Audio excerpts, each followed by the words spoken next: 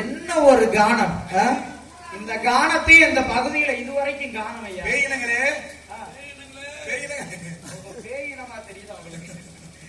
பேர்பட்ட அழகான நாதம் ஆலோலம் சோ ஆலோலம் சோ என்று இனிமையான ஓசையாக கேட்கின்றது. இப்பேற்பட்ட நாதம் எங்கிருந்து வருகின்றது? சப்தமேதங்கள் குறையாத இசை நாதங்களை கேட்பவர்களுக்கு என்றென்றும் வற்றாத செல்வமும் மாறாத ஆனந்தமும் உண்டு என்பார்களே, அப்பேற்பட்ட குரல் அல்லவா இது? இந்த குரலை எழுப்பிய மங்கை யாராக இருக்கலாம் என்று பார்க்கின்ற பொழுது, ஒருவேளை காணூறு மலரன கதிரொளி காட்டி இக்காட்டினில் தினை காக்க வந்தளோ, தானூறு தவொளி தாரொளி தாங்கிய இத்தரணிக்கு வந்தவளோ, மானூறு வெளியாள் மாதவ மொழியால் இந்நாரதன் விழிதனில் பட இவள் இப்பிறவியிலிருந்து விடுபட காரணம் அறிய வேண்டும். இவளை எவ்வாறு வர்ணிக்கலாம் என்று பார்க்கின்ற பொழுது, அன்பர் ஒருத்தர் கேட்டாரு, ரொம்ப காதல் சோகமா அவருக்கு, அதனால நானும் முந்தன உறவை பாடணுமா? நாரதரை போய் இல்ல, நாரதர் மூவாசை இல்லாதவர், பெண்ணாசை மண்ணாசை பொன்னாசை மூணாசை இல்லாதவர். சரி, என்னைய போய் காதல் சோக பாட்டு பாட சொன்னா நான் எப்படி பாடுறது? அது உங்களுக்கு தெரியும் நினைச்சு பாட சொல்றாரு. இல்ல, இவருக்கு இந்த வயசுல தேவைதானா? 50 வயசுல காடு வாடுது, வீடு போகுது. இந்த வயசுல காதல் சோகமா அவருக்கு இருந்தாலும் அவருடைய விருப்பத்திற்காக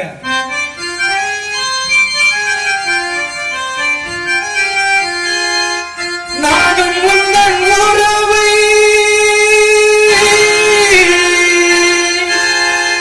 நாடி வந்த பறவை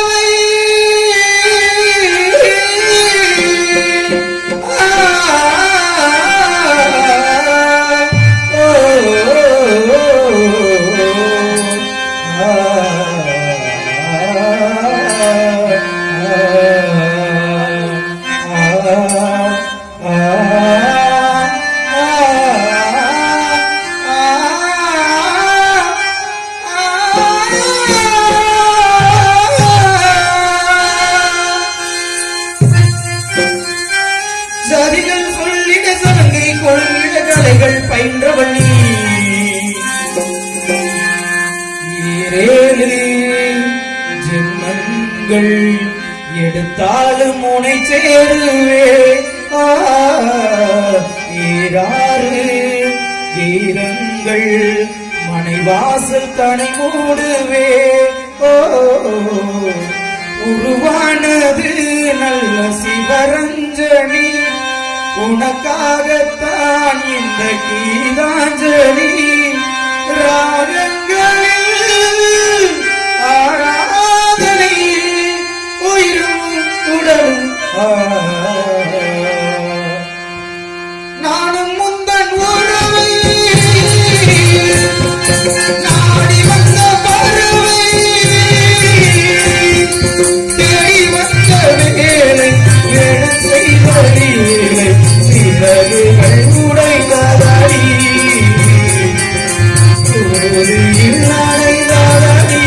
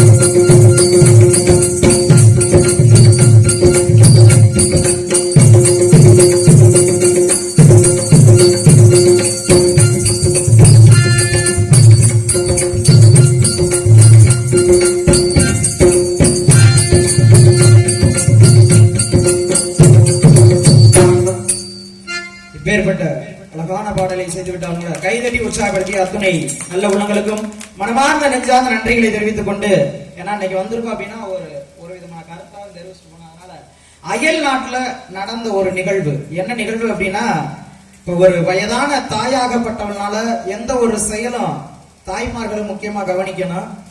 இது அயல் நாட்டுல நடந்தது. செய்தித்தாள்ல படிச்ச ஒரு செய்தி.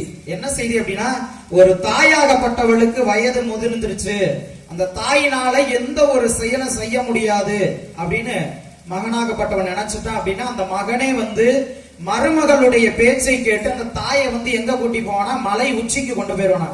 மலை உச்சியில கொண்டு போய் யாருக்கும் தெரியாத இடத்துல உச்சியில விட்டுட்டு வந்துருவானா.